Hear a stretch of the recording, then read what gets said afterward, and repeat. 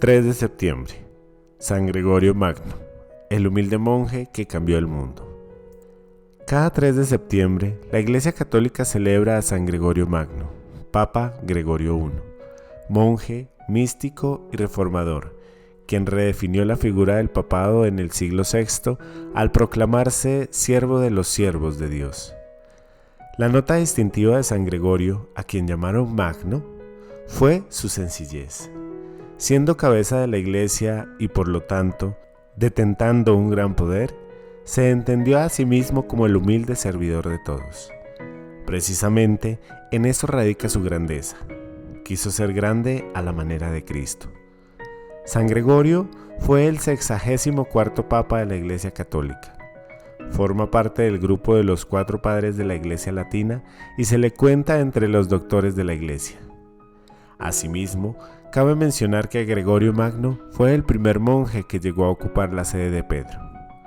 El santo dijo alguna vez: donde el amor existe se obran grandes cosas, y de muchas maneras su ejemplar vida fue testimonio de ello. San Gregorio Magno nació en Roma en el año 540 en el seno de una familia antigua romana de la que ya habían salido 2 papas, Félix III, quien se cree fue su bisabuelo, y Agapito I, un pariente lejano. Siendo joven, ingresó a la carrera administrativa para la que había sido destinado, llegando a ocupar el cargo de prefecto. No obstante, la abandonó para hacerse monje. Tras este giro, a la muerte de su padre, en el año 575, convirtió la casa familiar en un monasterio, el monasterio de San Andrés. De manera semejante, dispuso del resto de sus propiedades personales para beneficio de la Iglesia. Más adelante, el Papa Pelagio II lo nombró diácono y lo envió a Constantinopla como apocrisiario, lo que equivale hoy a un nuncio apostólico.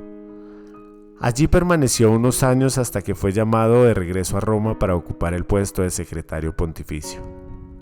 Años duros le tocó vivir allí, pues la ciudad eterna sufría de desastres naturales, carestías a causa del asedio barbárico y la peste. Esta última fue la que acabó con la vida del Papa Pelagio. En tales circunstancias, Gregorio sería elegido obispo de Roma y sumo pontífice, gracias a la sintonía existente en ese momento entre el clero, el pueblo romano y el senado en torno a sus cualidades personales. San Gregorio se abocó a la tarea de entablar relaciones de fraternidad con todos los reinos y gobiernos posibles, con el deseo de que la Iglesia continuase con el anuncio del Evangelio en el mundo entero. Una vez a cargo de la sede de Pedro, el 3 de septiembre de 590, se preocupó por la conversión de los pueblos considerados alejados en aquella época y de la nueva organización civil y política de la Europa posterior a la caída del Imperio Romano de Occidente. Al acceder al pontificado, San Gregorio Magno, desde Roma, tuvo que velar por la ciudad y por Europa en proceso de reorganización social y política. La fragmentación del viejo continente había dejado sola a la Iglesia en cuanto al sostenimiento de la unidad o, en todo caso, de cierta estructura administrativa. Roma miraba a Bizancio y Bizancio no respondía. En ese contexto, el Papa Gregorio negoció con reyes, nobles, casas ancestrales, autoridades venidas a menos y las cabezas de los pueblos bárbaros. El santo fue figura crucial para conseguir cierta armonía cuando los pueblos de la Europa continental ya no esperaban más la reestructuración del orden perdido. Los lazos que estableció San Gregorio favorecieron el encuentro entre distintos mundos, al calor de la evangelización. En especial, cabe mencionar su preocupación por el mundo anglosajón, Inglaterra. El Papa envió misioneros a las Islas Británicas y puso a San Agustín de Canterbury a liderar aquella empresa. Por otro lado, se alió con las órdenes monásticas, pues veía en ellas la garantía de que la Iglesia habría de mantenerse sólida. Mientras que, en lo político, frenaba las ambiciones expansionistas de francos y lombardos. El Papa Grande, como fue llamado, de la Alta Edad Media, puso sus ojos en el centro de la vida cristiana, el encuentro con Dios en la liturgia. Uno de los aspectos más importantes de la celebración es el canto, que, como se sabe, es una forma privilegiada de oración. Gregorio ordenó recopilar la música y las antiguas antífonas que se entonaban en la iglesia e impuso un estilo y una estructuración de música propicias para la litúrgica, cuyo núcleo es la Eucaristía, herencia de lo que se conocía como Schola Cantorum.